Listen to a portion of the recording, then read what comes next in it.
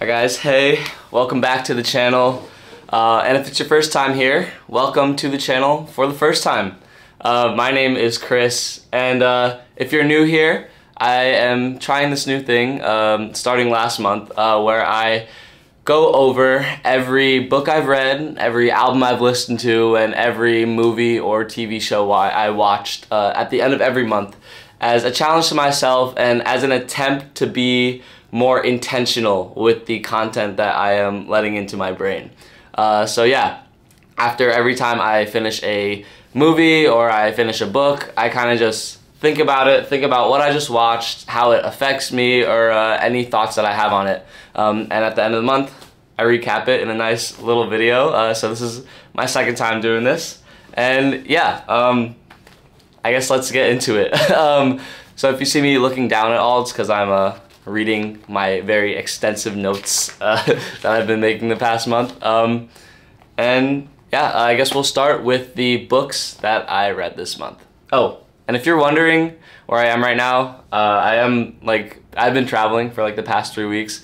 So I am in a hostel in Amsterdam. That's why it's not the normal setup. But yeah, most of the stuff that I've read and watched has been like on vacation. So that's something to keep in mind.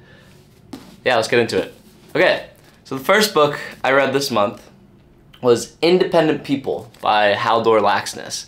Now this book won a Nobel Prize for Literature, and I think Haldor Laxness is the only person from his country of Iceland to ever win a Nobel Prize for Literature. So when I picked up this book, I knew that it was going to be a good one, and it was going to be a little bit of a tougher read. So this took me much longer than the other two books I'm going to talk about. Yeah, it's about 500 pages, and it follows the protagonist. His name is Bjartur, Bjartur of Summer Houses.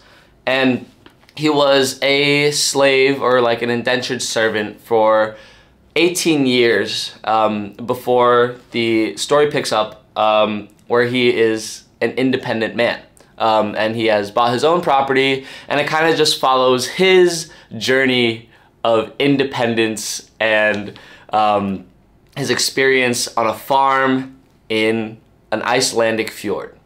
Now, it sounds really boring, right? But it's a little more nuanced than that.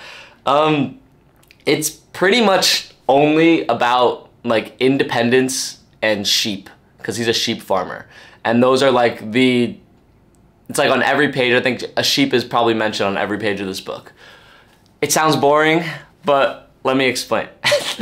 So this book is more of a satire. Bjartur of Summer Houses is so set in his ideals of independence, of not being bound to another man ever, that it really impedes on his existence as a person. He will not take any favors from anyone else because that means he's indebted to someone else, or he will never lend anything to anyone or let anyone do anything for him. He has to do everything himself, because if he does everything himself, then he's independent and he owes no man nothing. He's tethered to nothing but his own will. And so this actually creates some really funny moments in the book, just because they're so like bizarre, and like you're reading it and you're like, come on, dude, like, are you serious? But I guess that's the idea. It takes place in the early 1900s, and it goes through the First World War. It's not like an outright political book, but you like kind of see the outer workings and how it's influencing the life of Bjartur on his farm. Yeah, the book, if you couldn't tell, it's 500 pages and it's about sheep, is really slow. But I think that is the intention, right? It's a book about a farmer. It's a book about what life is like on the fjord in nature when there's not much going on. And in that sense, it's really beautiful. I don't know how he managed to make it 500 pages and keep it entertaining by just talking about sheep and following this really stubborn guy. But Haldor Laxness really has a way with the way he describes things. It's like really, really detailed writing. I think there was like a page just about how one of the characters snored, like the way his like chest rose and fell and the sounds he made. And it sounds boring, but I was really, really just like in awe of how such a simple thing could be like made into something so beautiful when you're reading it. So I found myself really captivated by the language in the book, which is interesting because it is a translation, but I think whoever translated it did a really good job of keeping like the actual literature intact and the way it's written, right? The way it sounds, the way it feels. And yeah, it's hard not to get sucked into Bjarter's world of sheep as you're reading the story. And as you're reading it, you don't really relate to Bjarter in any way. He's kind of a really stubborn, like kind of bizarre character if you think about it. But as the book goes on, his ideals come in conflict with like his humanity. So then you have this really nuanced character who seems like a satirical like caricature at first, but he kind of cracks open the more and more you go through the book, and you kind of relate to how your ideals are pulled in one direction and how you feel is in a different direction, right? So in that way, it's also beautifully written. Yeah, it's like that internal struggle is something that I think everyone can relate to, and you don't have to be a rural countryman on an Icelandic fjord to understand the way that Bjarter is in the book. Yeah, this is really, the imagery in this book was really beautiful as well. As I said, like the way he described things was unbelievable. I don't know if there are many books that go into such detail of how things look.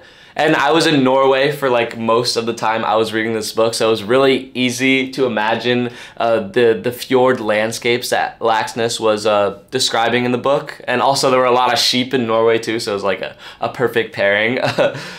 Yeah, it focuses on the human ideas of, or the human habit of ignorance. You can feel that through Bjarter throughout the book. And it ends up leading to like his own exploitation, because even though he holds independence at this such an ideal, it ultimately ends up being something that holds him back because he can't do anything without like doing it himself, which obviously in a society that's not gonna cut it all the time. So yeah, it's a great portrait of early 1900s Iceland, and a great, I don't know, analysis of the human habit of, human habits and human ideals. It's very beautifully written, very detailed, and it's a great book. I would definitely recommend it, but if you do plan on reading it, set aside some time, because as you can see, it's a really big, thick book. But yeah. It's an amazing one. It definitely deserves that Nobel Prize.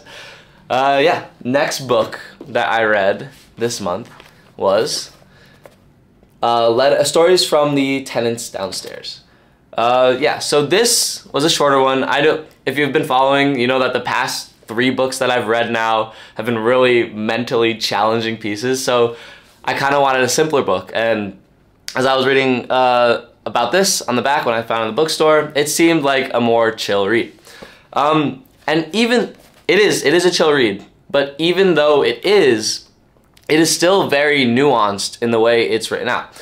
So this book is a collection of short stories, connected short stories of tenants who live in a apartment building in Harlem called Banneker Terrace.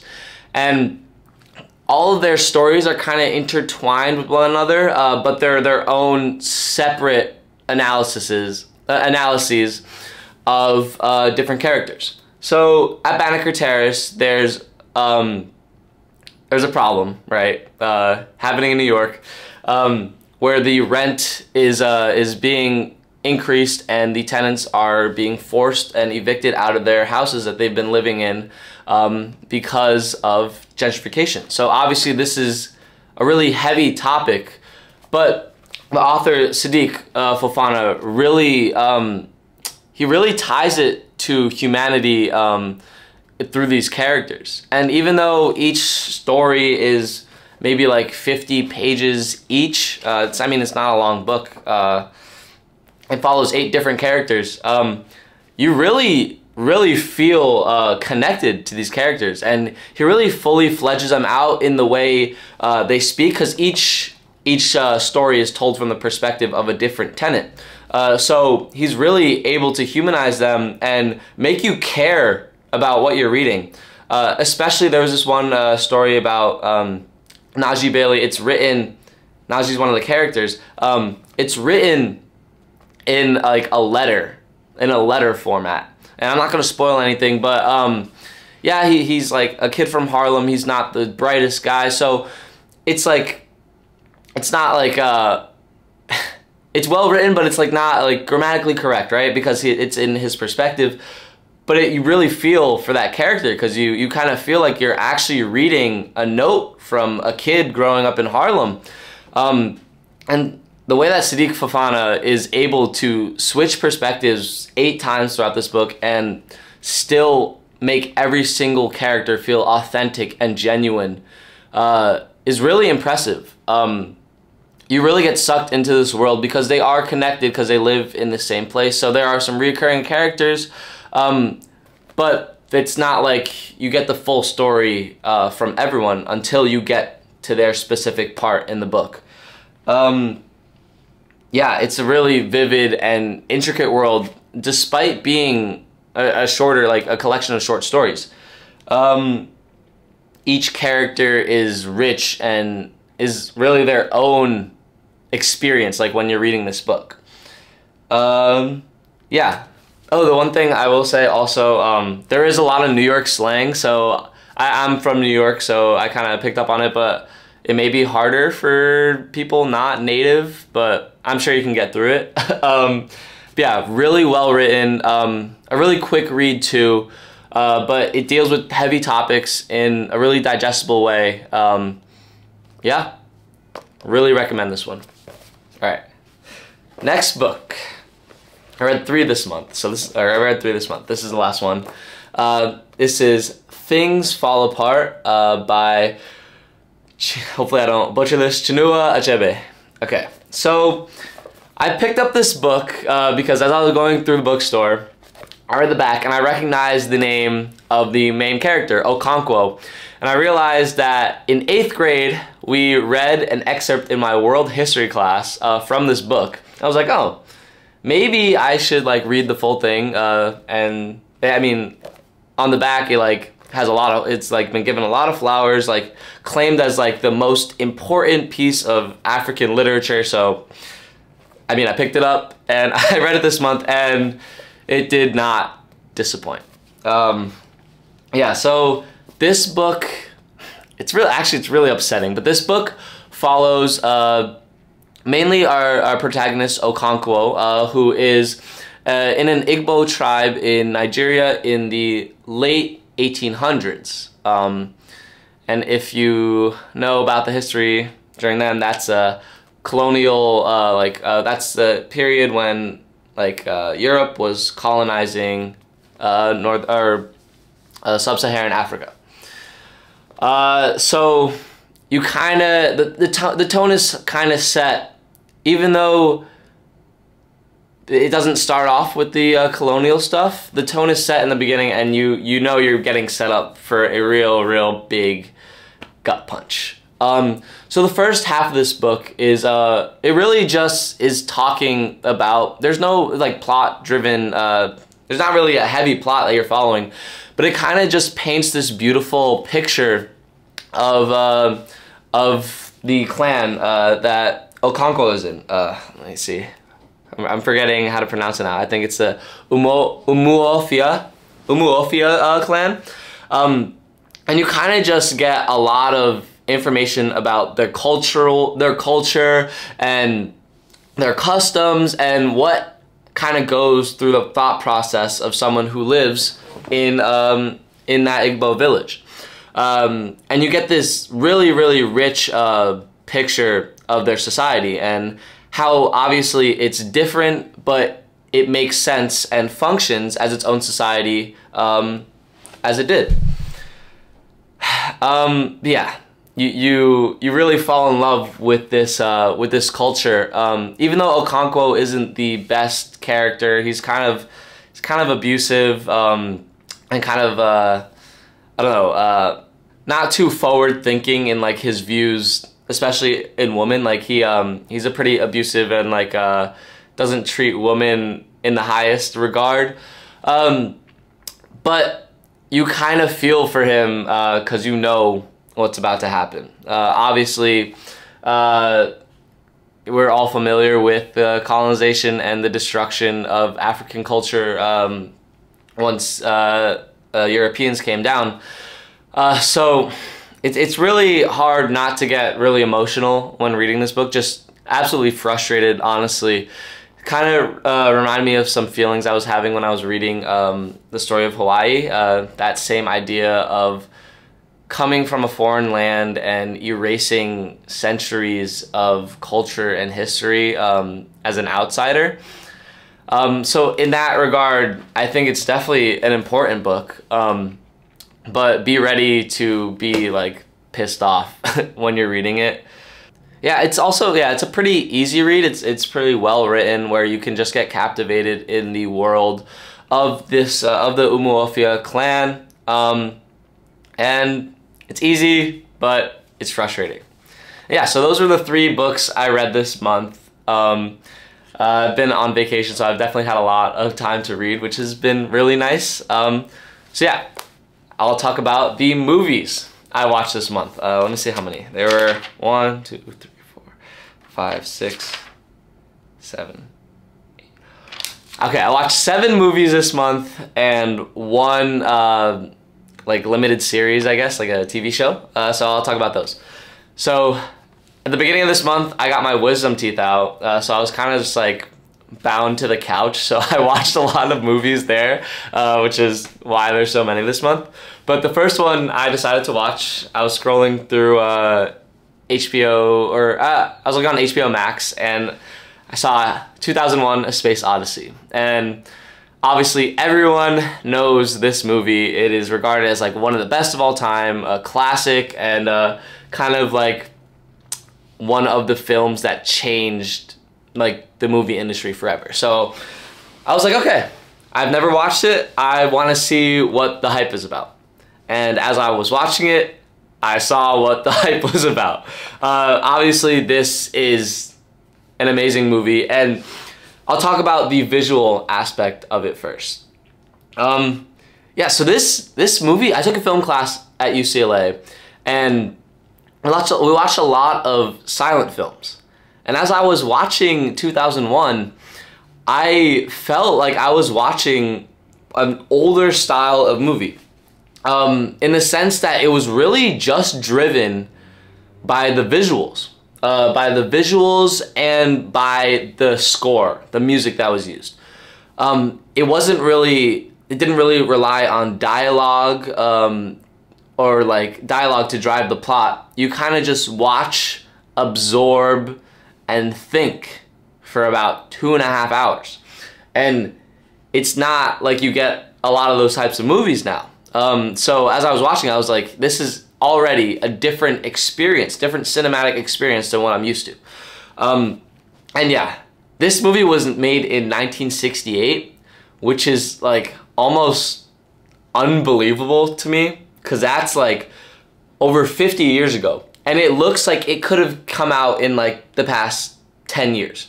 Like the visuals, like the effects that they use are really good, especially those space scenes, right? Like there's this one, okay, this scene is really long, but there's this one 10-minute scene where I'm just like traveling through space in like a warp, and it's like I felt like I was tripping watching it, right? It was just like so many like, it was like, felt like I was going through a space warp, honestly. And the way that they were able to achieve that in 1968 was really impressive. And this movie happened before the space, like before we landed on the moon. And if you watch this movie, you know that they end up on the moon. And it looks like it could have been like documentary like footage. It was so like, it was unbelievable. It was unbelievable how good this movie looked. And thinking that it came out in 1968 was really impressive to me. Yeah. This is my first Kubrick movie, and I really enjoyed it. I really liked the fact that it didn't lay out everything for you. There was a lot of things to interpret for yourself and view in your own mind that Kubrick kind of let you figure out on your own. When I went into this movie, I kind of only really knew about HAL 9000, right? Like, I really thought the movie was more gonna be like focused on like an AI overthrow, like AI like rising up against man, but that was only like not even like an important part of the plot, honestly.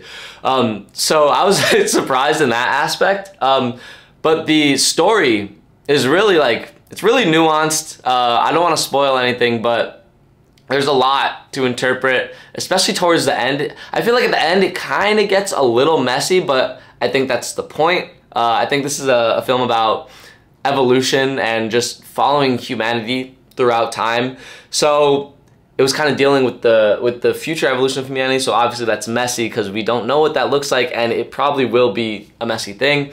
Yeah, I really liked the movie, really enjoyed it. It was visually spectacular. It made me think while I was in pain with my wisdom teeth on the couch. And yeah, it was beautiful. I really also loved the score. I don't know whose choice it was to make a sci-fi epic with classical music as the choice, but who would have thought that that would be a beautiful combination, right? I don't know, like, it seems backwards, right? You have this movie about progress and future and space exploration, and then it's rooted in this like classical piano ballad like from the 1600s. It's really beautiful, honestly. I think it was really interwoven in the script, and I think the music always matches the tempo of the movie. Like, there are longer parts in the movie just dealing, because evolution is a long process, so they have parts that feel like they drag on, but the music is like slower, and then there are some like really fast pieces that pick up as the plot is fast. So I really like that. The score was pretty amazing, and not something I was expecting. Yeah. It's a lot. It's obviously a classic. I don't know how much more I can add to the conversation about the movie, but I really enjoyed it as a consumer. And yeah, definitely worth a watch if you haven't watched it. I don't know how I got to 22, call myself a movie fan, and haven't watched a classic, but now I have, and I'm glad I did. Okay, that was long. I'll try and be shorter now. Okay, the second movie I watched this month was Boyz N The Hood. And this movie, I really had it on my list since when I went to school in Los Angeles. I went to the Museum for Motion Picture, and they had a whole exhibit about Boyz N The Hood, talking about how it painted like it was like one of the first like successful like movies painting life in South Central LA, and I saw that the director was only 23 when this movie was created. I'm 22, and this guy made, when I was watching it, I was like, this guy made a classic. It is a great movie. I've seen a lot of like gangster or like gang like hood movies, but I think this is what every single one is striving to be. This is like the blueprint for painting a portrait of gang affiliation and life in the hood, I guess. It's kind of hard to believe that this is John Singleton's, the director's first movie. It felt like it was a really polished piece, and it was. So I don't know if I said this already, but this movie follows a couple people. Follow mainly a guy named Trey. He lives initially with his mom, but she sends him to go to South Central and grow up with his dad, Furious, who is played by Lawrence Fishburne, and kind of follows his life growing up in this really violent, gang-heavy area. And I gotta say, the person who stole the show was not Trey. It was Lawrence Fishburne. He is just probably one of the coolest people I've seen on screen. And this movie obviously deals with a lot of heavy topics regarding race and poverty and just like police brutality, a lot of heavy problems, but it's never in your face. It's kind of just you experiencing it through these people who are living in the area that it's most heavily affecting. And the chemistry between all the characters really sells this image that you're just watching people growing up in this really violent neighborhood.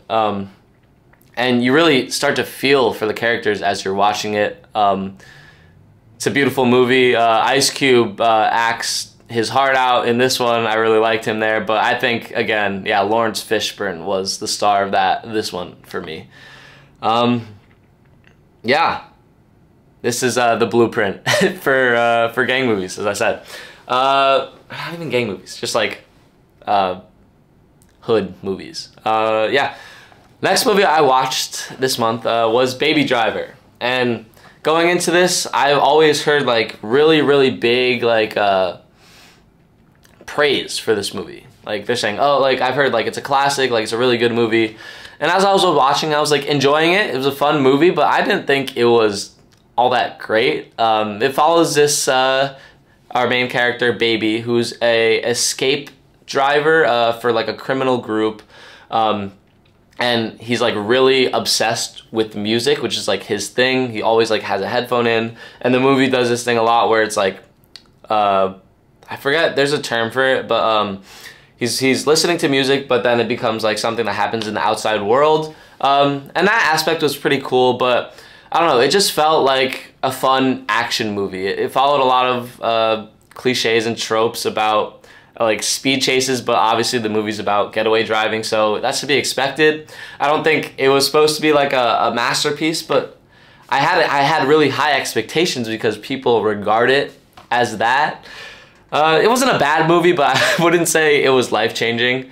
I really liked the way Jamie Foxx acted in this movie. He was fun. Ansel Elgort was okay, like he got the job done, but I have no strong feelings towards the movie. Yeah, but it was like a fun action movie, right? It's like a nice movie you could just put on and have fun with, you know? So I liked it in that regard. But yeah. The next movie I watched, oh god, was Bodies. So I watched this on Netflix. If you're not familiar with this, it's a movie, it's like a slasher, like thriller movie, kind of in the same vein as Clue. Like it's a whodunit. So there are these friends that join up in one of their rich friends' like houses, and they're playing like this murder mystery game, and then someone actually ends up dying. So then it actually becomes like a murder mystery in real life. But when the director was making this movie, I feel like they were trying to make a lot of commentary on Gen Z and their actions. So actors in this movie, Pete Davidson, so obviously they're already trying to draw in, they know their audience, they're trying to draw in that Gen Z crowd. And then also, oh, what's her name? Oh my god, why am I forgetting? Girl. Rachel Sennett. Okay, yeah. I watched Bottoms last month. You heard me talk about that. And she's also in it, and she's like one of the bigger names of our generation right now. But I don't know. Watching this movie, it felt like they were doing too much. I felt like a lot of the times the characters' dialogue was like they were talking like they were on Twitter. They would use the word like gaslight and manipulate a lot throughout this movie. And I think the director's trying to do a little too much. I mean, it's an entertaining watch, but that stuff kind of gets in the way and ends up being a little bit annoying. The really enjoyable parts were some of the comedy scenes. Horn. Yeah, Rachel Sennett is one of the funniest people, I think, on the screen today. Like, she just is a scene stealer. Every time she's on the screen, it's like, oh, I know, I'm in for a good time. And obviously, I didn't even know she existed until Bottoms. Oh my god, jeez, until Bottoms last month. It's a little chaotic. Last month, but she's already becoming one of my favorite like current actresses, and she had a really good part in this movie. She was really funny. Yeah, what else? Yeah, it's a captivating movie because you're like you kind of want to know what's happening, like who is the mass murderer, who's killing everyone, and then it kind of just devolves into this like crazy mess where it's like fingers pointed and Twitter slang being thrown at each other. So I don't know, I could have went without watching this movie, but I guess it was a fun watch while I did. I won't say more about it now because I feel like I've been rambling. But yeah, the next movie I watched was actually a movie that came out this month. It was The Fall Guy. And this was an enjoyable movie. This was a fun theater trip. And Ryan Gosling is my god. He is so good at everything he does. Is there anything he's bad at? Don't know. I don't think so. He hasn't shown it yet, if he is. But yeah, this movie follows a what are they called? Oh God, I don't know why it took so long. This movie follows a stunt double. Okay, yeah, the plot of a stunt double, who gets like severely injured in one of his accidents, and so he was having a romance with one of the directors on scene and kind of like ghosts her for a bit, and then she's directing her own movie now, and he kind of pops back in because of some details that go on. I don't want to spoil the movie, but that's the basic premise of it. And yeah, it's this fun action romance movie, which is like a fun combination. And it was made for the big screen, and you can feel it as you're watching it. Obviously, a movie following stunts is gonna have a bunch of like explosions and like CGI and like big like whoa moments like happening on screen. So it was really fun to watch in theaters. And I think a big part of why it was so enjoyable was because of Ryan Gosling and Emily Blunt's chemistry on screen. Like, the romance really feels believable. And as you're watching it, you really buy in, and you're invested in the plot and invested in all the crazy stuff that's happening in this movie, this absurd movie. But it's a really fun watch. I'm so glad I watched it on the big screen because it was made for it. I think that this is like, I hope that I don't know the box office like numbers, but I hope that people are watching in because I love that this like just going into a movie theater and watching just a spectacle. Like, you don't get that same feeling when you're watching a movie on like the couch from your living room. So I hope that more films like this will be continued in the future, just like blockbusters, right? This is a summer blockbuster, and it's a fun movie. I mean, there's not much to think about, and I love that. The action is great. Ryan Gosling is great as always. The romance is captivating, and it's just a fun movie. Yeah, so Fall Guy is just not a must-watch, but it's a fun watch. So if you want to support theater, like if you want to support theaters and the movie industry, just go out there and buy yourself a ticket. I don't know why I'm promoting. This is not paid promotion. I just really liked the movie. Yeah, it was a fun movie. Next movie I watched was King Richard. I'll try and keep this short. And yeah, this movie, if you don't know, is a movie that follows the story of Serena and Venus Williams' upbringing by their father, Richard Williams. Yeah, so it follows mostly the father's story, which is interesting. Because obviously we know that Venus and Serena end up being some of the best tennis players of all time, so we always have that in the back of our head. And it follows the story of their father and how he kind of had a plan. He keeps referring to this throughout the movie. He had a plan the whole time that they were going to be the greatest in the world, and that was always the plan.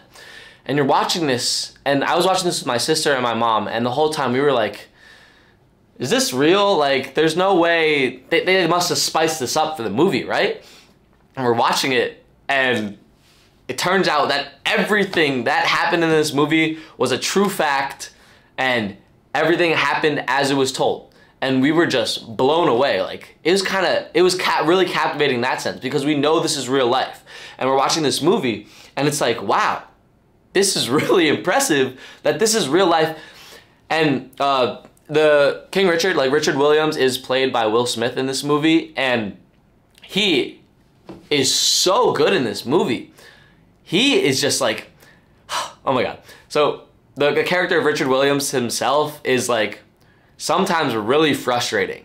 And the way that my sister and I were getting frustrated as we were watching this movie just is a testament to how good his acting was. Yeah, obviously his acting was amazing because he won a Grammy for like lead actor in a movie for this. This is when he won after he slapped Chris Rock. It's kind of a shame that he's only remembered for the slap and not this beautiful performance. But yeah, he was really good in this movie. I will say though, my standard for tennis movies is just, it's so high after watching Challengers last month that I can't even say that this is one of the best tennis movies now. Like, how niche is that? Challengers was just that good. But yeah, it's nothing groundbreaking. I think like there's no creativity in like the shots or the plot or anything, but like just the fact that the story's true, we get a really good performance from the people in the movie. It's a good watch. It's a fun watch. And yeah, I'd recommend it. It was a good movie. Will Smith killed it.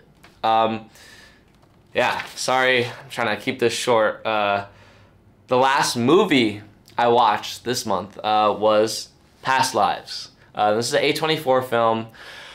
Kind of follows the story of the main girl / woman, because it follows her life. And I think I'm forgetting her name in the movie, but it's played by her. She's played by Greta Lee. And so she grows up in Korea, in Seoul, and she kind of has this like little child like romance, so, like when she's like 10 or something, and then she ends up immigrating to North America and kind of keeps that life in Korea as something that happened in the past. And she obviously grows up, she ends up getting married to someone in America, a Jewish man in New York, and she's living a different life now. But the movie kind of starts off with her in a bar talking to the person she had that romance with when she was 10 years old, kind of reconnecting her old life with her new life as an immigrant. Her husband is on the other side of them. And this is a really emotional movie. And I watched this on my plane to Norway, so I might have been a little delusional, but like I cried watching this movie. Just like hearing, I don't know, I feel like those immigrant like stories always hit so hard for me, because just knowing like that my mom had a similar experience in like leaving everything behind. But the idea that those lives are so separate, even though it's like the same life. It was really heartfelt, and you really feel for the guy, because he's been searching for years to find this girl. Finally ends up in New York and having this conversation, and it's like she can't just abandon her life. You're rooting for for this really charismatic guy from Korea, and I don't know, it's a big conflict for the main girl because she's married in a new life, and the movie kind of like deals with that idea of immigration and different lives. I think there's this very beautiful recurring motif that they talk about in the movie called Inyun, which is this Korean idea that in past lives, which is where the movie gets its title from, in past lives, people may have shared a bond before, which results in the current life of them having a connection. And there was just like one part where she was like, maybe in a past life, you were the branch that I perched on when I was a bird. And I was like, wow, that is so beautiful. That's the part I cried on, actually. But I was like, that is so beautiful. Like the way, this idea of Inyan and like how everything is connected, right? Because like we're just pieces of matter. Like we're just rearranged in different ways. Like we have existed forever. But yeah, the way that they phrased like this idea of Inyan, which I've never heard of, was like really beautiful to me. And it was really interwoven in this story. And there's nothing like crazy that happens in it, but you're just connected to this very human emotions as you're following this movie. And I thought it was just honestly a really beautiful one. I'd recommend everyone to watch it. Yeah, it was a great plane ride movie. The people next to me probably thought I was insane, like crying watching this movie, but it was a good one. It was really emotional. Highly recommend. Yeah. Okay, so those were all the movies I watched. I did watch one limited TV series I'm going to talk about real quick because I know it's getting long. But it was The Vince Staples Show, which was like only 5 episodes on Netflix. And because of that, I felt like it was a little too short. It kind of follows the life of Vince Staples, who, if you don't know, is a rapper in real life. And it's kind of hard talking about these shows without comparing it to Atlanta, because it is a show following the life of a rapper incorporated with some surrealist ideas. How can you not compare it to Atlanta? And Atlanta is my favorite TV series of all time. I love Donald Glover, but I'm just trying to keep these ideas separate, but as I was watching I was like, damn, Atlanta's just so much better. But yeah, it follows Vince Staples, and he's kind of a really like dry character throughout, so it does, like, I don't know, I feel like there's a lot of potential for this series, but he needs to get a little bit better at acting.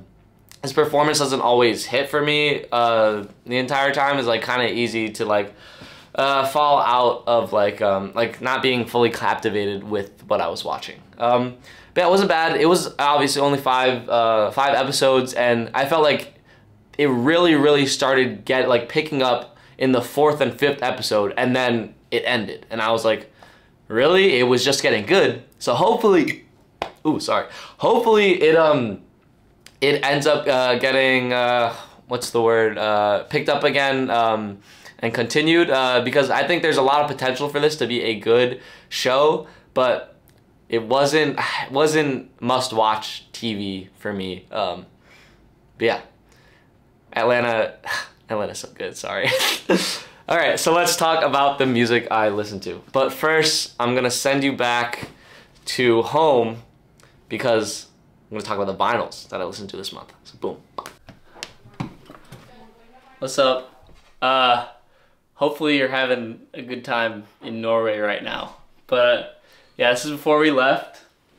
I didn't want to bring my records on a plane, so obviously this is recorded ahead of time. But anyways, let me talk a little bit about why I even have records, right? It's like 2024. Pretty much all music is digital, so why am I holding these in my hand right now?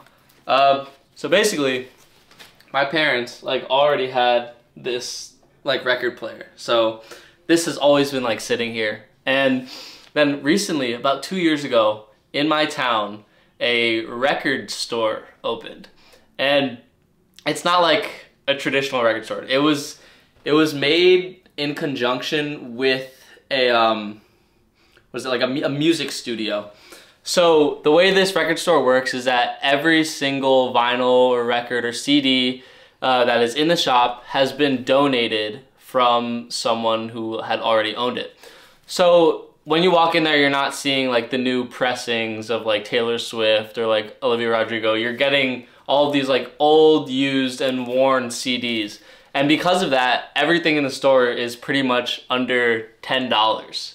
And the first time I checked it out, I just like looked around. There was like so much like music that I hadn't even heard of. So I was intrigued. And then I just started talking to the owner, or not the owner, the guy who was working at the time. This is all like, this shop is like all volunteer based. So these people who are working there like are doing it completely out of their own time just because they have a love of music and a love of sharing music with other people. So when I went in that store, we just had conversations about what like music I was interested in and what I wanted to get more into. And he gave me a bunch of recommendations. And then ever since then, I've been going to the store regularly, picking up CDs for like pretty cheap. Like I think these 4 CDs, which I'm gonna talk about, probably cost me around $20, $25, $30, which is like unheard of, right? You get one vinyl now, like I know, like if you want to buy like Igor, it's like $45 on vinyl. So the fact that I get 4 CDs for like half the price is a steal in my eyes. But anyways, let's get into it. So the first record I'm gonna talk about is Windmills of My Mind by Grady Tate. Let's see, can you guys see that? Okay. So if you're thinking to yourself, huh, I've never heard of that guy before. I was in the same boat when I was in the record store, but I saw the cover, and then a really cool thing about records is like on the back sometimes they'll have like these like descriptions. It's like if you're going to a bookstore and you want to read the back of a book to get an idea of what it is. So I read the back cover, it seemed pretty interesting. It said came out in '68, so you get that like soul, R&B, Motown era. And so I asked the guy working there, I was like, hey, can you throw this on the record player before I buy it? Or, because I wanted to hear how it sounded.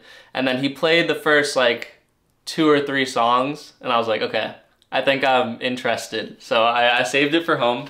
But yeah, I've been listening to this for the past 2 weeks. And honestly, I don't know how this guy isn't a bigger name. On the back it says he became like pretty known for his drumming, but never his vocals. But I think on this record, his vocals are the thing that shines the most. He, especially on the opening track, Windmills of Your Mind, his voice is just so smooth, and it's like butter over the track. You get this nice old soul sounding track. You get hints of R&B in there. And it's just really beautiful. And then as the album goes on, he has more songs that like pick up. You get more of a funk, more drums in there. And then on side B, I think my favorite song of the album, or I guess of the record, is Work Song, right? So this is the first song on the second side. And he's just talking about his experience in a chain gang, working on the chain gang, how he got locked, oh, Buster's barking, how he got locked up for robbing a store, and now he's just on the chain gang. He's telling people, hold it steady, hold the rock steady so I can go and break it. And it's just this beautiful, like soulful singing that you hear like from the heart, from the chest. And that's one of my favorite songs on the record. And then another one of my favorites is All Around the World. This is just like a really upbeat, up-tempo song. And there's like this, one of the like chorus lines is, Mona Lisa was a man. And I really like that hook. So it's just a fun listen all around. Honestly, never heard of this guy, but this is gonna be a staple in the record collection now. Yeah. Windmills of My Mind, Grady Tate. Okay.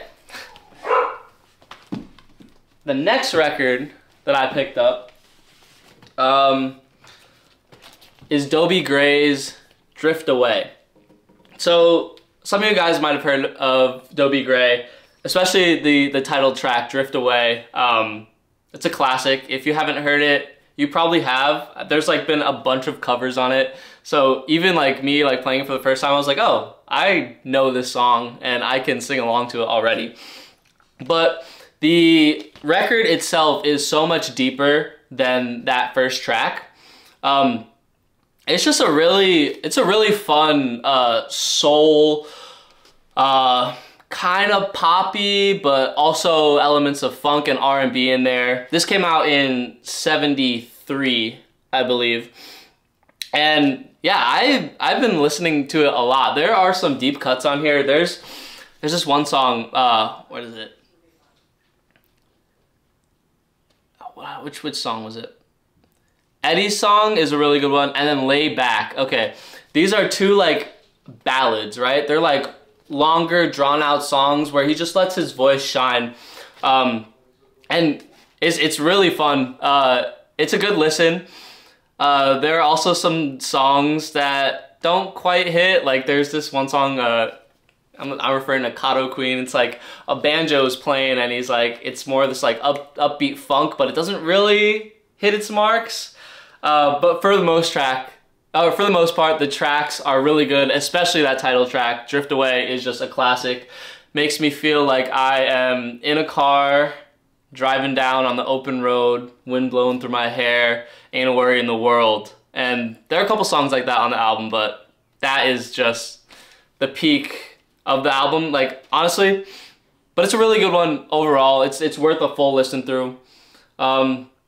Give me the beat, boys, free my soul. Wanna get lost in your rock and roll and drift away. You know the tune. Yeah, that one. Okay. Oh, the next record that I picked up this last time at the record store. I don't know if you guys can see that, but it's Aretha live at the West Fillmore. Or live at Fillmore West. Okay. I've never been like huge into Aretha just because I never got into her, and I saw this record, I was like, okay, maybe this is that time. Like I'm familiar with her hits, of course, like Respect, who doesn't know that song, and then Dr. Lovegood, another classic. But this is another cool thing about records that I didn't say earlier. A lot of records are like recordings of live performances, which I feel like we get some of that now in like on streaming, but it's the overwhelming minority. But I feel like when you're looking through a record store, you see a lot of these like live performances recorded, and it just like enhances like the atmosphere of what you're listening to. Like you get to feel the roars of the crowd and the whoops and the cheers and all that while she's performing, giving like the performance of a lifetime. This is a really cool element you get to when listening to records. But yeah, this was beautiful. Oh my god. It's kind of unbelievable that this was all like live, because it sounds like her voice sounds exactly what I've always like heard it as, like on the radio, which is like insane. Obviously, Respect, that's what she opened with, banger. She does a cover of Eleanor Rigby by the Beatles, which honestly was like a pretty good cover. And then, oh, side 2 is where it gets really sick. She starts off with Dr. Feelgood, and it's like this really long like version of it too. I think it's like 6.5 minutes, and you can hear her talking to the crowd. She at one point she like tells the audience to like turn over to the person next to them and start singing to them, and like the things I would have done to be in this live crowd. Like she just has that voice that makes you want to dance. Like I don't know, I was listening to the record and I couldn't like help myself but like groove, you know. But yeah, that side 2, Dr. Feelgood, goes crazy, and then she does a song, Spirit in the Dark, and it's like this gospel like deep soulful song, right? And she does it for about 3 minutes, and then on the record you just hear like insane, like yelling and screaming, like cheering. And then she announces that she brought out Ray Charles for the encore of Spirit in the Dark. Are you kidding me? Can you imagine going to an Aretha concert and then she brings out Ray Charles as an encore song? I think I would lose my mind. But yeah, he does, and then this song is like 7 minutes, and he's just like vibing on like the keys for like the longest time, and you feel the atmosphere because you hear the crowd like getting into it, and you can't help but get into it yourself as you're listening to it, even though this was like 50 years ago.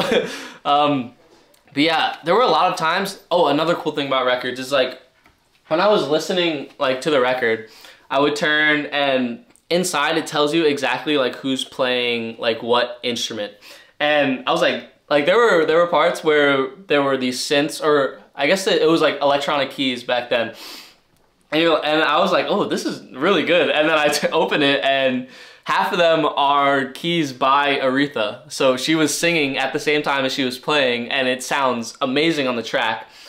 And then also Billy Preston, like the what song does he have? The really big one. I'll put it here. Shoot, what is it called? Oh, Nothing from Nothing. Yeah, Nothing from Nothing. He is on like the rhythm section the whole time, which can explain why like you just want to groove, because you got these really talented musical artists like all doing this live performance, and this was honestly a really, really enjoyable listen. Yeah, hard to top that, but the last record I picked up was the Chambers Brothers, The Time Has Come. And I don't know what I was expecting when I picked this up, but when I was looking at it in the store, I saw that they did a cover of Curtis Mayfield, so I kind of expected the genre, right? Like this soul, Motown sound. And then I saw that it was released in 1967, so that puts us right in the summer of love, right? So you're bound to get some fun music coming out of that time period, some funk, soul, kind of this resurgence of this neo-soul movement, right? And as I was listening to it, there were some songs where I was getting into it, but they were pretty much like nice soul records that they weren't too inventive, you know? Like I feel like I've heard that type of sound a bunch before, so I wasn't really blown away. I really did like All Strung Out Over You, though, the opening track. And then there was a ballad that ended the side A, it's called So Tired, that I really enjoyed. And this is kind of just like a stripped down, just vocal performance. Oh, what I can say is that the harmonies on this track were unbelievable. I think you get a lot of like gospel inspiration. At least that's what I was hearing. Gospel, which is like translated directly into soul, which was sick. But what really, really makes this album, or this record, I keep saying that, this record was the last song, Time Has Come Today. And when I picked up this record, I didn't know what I was picking up, but then the last song came on and I recognized it faintly. And as it was playing, this is an 11-minute track, by the way, I was really getting into it, and I was, dogs barking, but I was really getting into it. I was hoping, and as I was listening to that, I was wishing that the rest of the album sounded like that. Time Has Come Today was, I think, how do you describe this?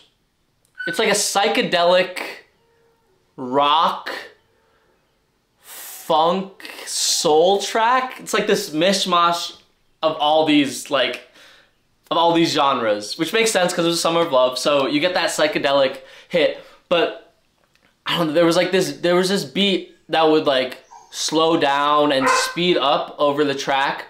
I think it was a cowbell. Correct me if I'm wrong, but it was psychedelic, man. Like I don't know how else to describe it, but it was a great track. And then it would meld all together.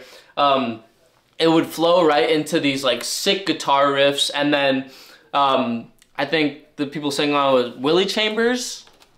Yeah, Joseph and Willie Chambers were the vocals on it, and they just like they're like shouts like throughout. I don't know if I sound chaotic, but this record was really chaotic, so maybe that's why.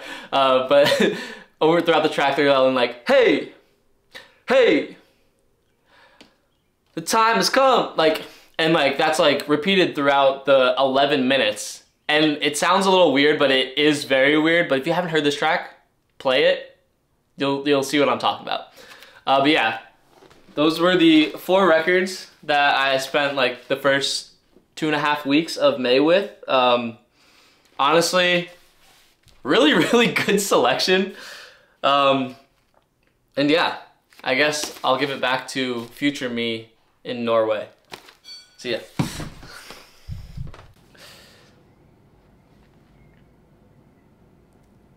Oh yeah, I had a great time in Norway, past Chris, but now I'm in Amsterdam because it's May 31st. You should have known your plan of where you were gonna be.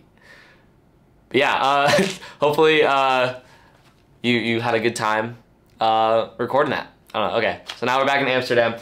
I'm gonna talk about the albums that released this month that I listened to, or not released, but I listened to this month. And the first one I listened to was Empathogen by Willow Smith.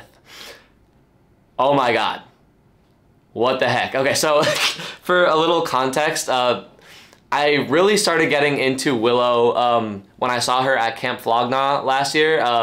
I stayed for a set. I knew like obviously the big ones. Wait a minute, and like that album Caught of Baby Are You Coming for the Ride? That one. So I knew her hits. So I was like, okay, I'm gonna go watch her set. And then as I was watching her, she was just, I fell in love with her vibe. She's a rock star, like a modern day rock star. Like she was shredding it on her electric guitar. I was watching her. She has just this insane voice that is like so versatile in pop and funk and punk. Like it was just, she went crazy. So ever since then, I've been like waiting for her to drop new music. And then she came out with A Symptom of Life earlier this year. And it was a single, and I was like, okay, that honestly it might be my song of the year still. Maybe Beyonce got some bangers, but that's like definitely top 5. But she came out with that. I was like, oh, I hope we get a whole album like this. This is like jazz inspired pop, like just fun electric song to listen to. And when I listened to Empathogen, that's not what I got at all. And that's a good thing, okay? All right, it's just like this eclectic mix of like every genre. I don't know, it was like pop, it was funk, it was jazz, it was R&B, it was throat singing, and in that way, it's like one of the most dynamic vocal pieces that I've heard this year, and I really enjoyed it. Some highlights on it for me were, let's see, what I say were the highlights.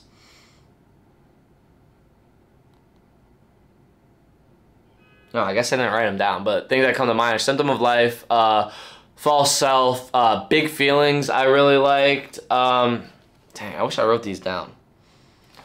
There was one song that I really liked. No. Yeah, there's a lot of like instrumental pieces on this album as well. Or like, not pieces, but like just, there's a lot of instruments on this album. It's like a very instrumental album. And Willow just like kind of flows over the instrumentals so beautifully. She's such a versatile in her voice. And sometimes the lyrics aren't like the most deep things, especially on like Big Feelings. Like, oh, I got big feelings. Like, okay, what does that mean? But you don't even care because it's just so sonically impressive what she's doing there, and it's so dynamic in the way that the music is changing that you don't care that sometimes the lyrics don't hit the full way. And I know that's a big criticism on the album, but like it's so like sonically beautiful that I don't care that much, honestly.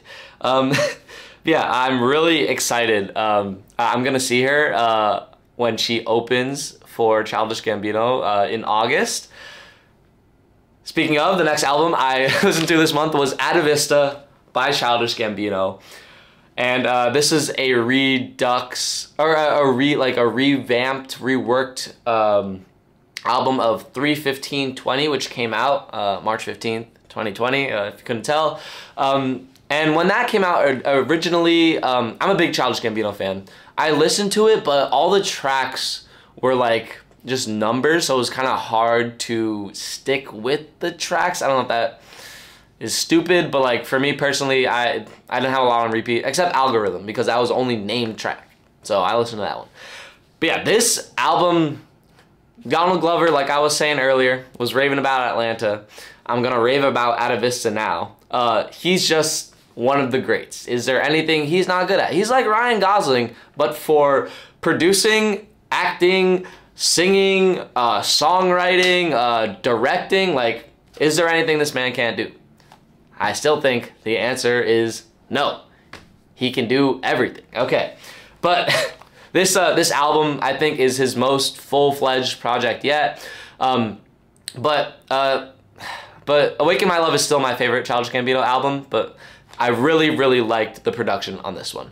Just the opening is just magical, right? It's this ethereal synth pop intro that just sucks you into the world of Atavista off the bat.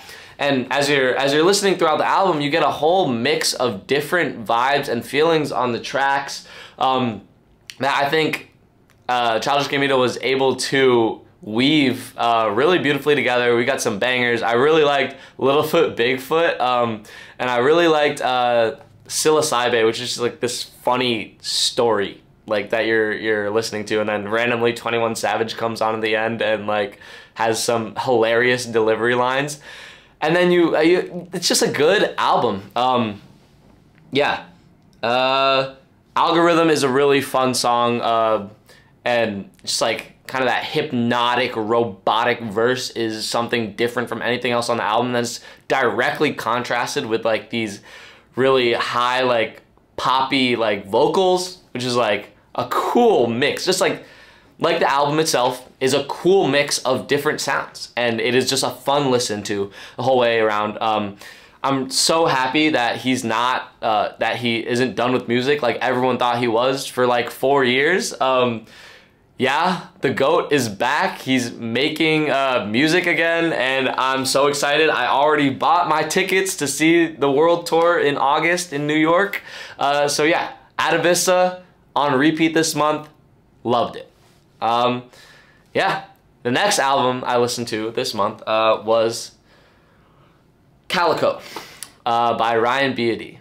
And this was recommended to me actually under my last video last month, from Krillins. So I want to say thank you right now, because you introduced me to something that I had no clue about and I really love.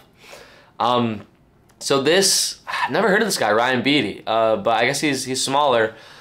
He has such a beautiful sound. The opening track, Ribbons, is something that I've been repeating in my head a lot recently.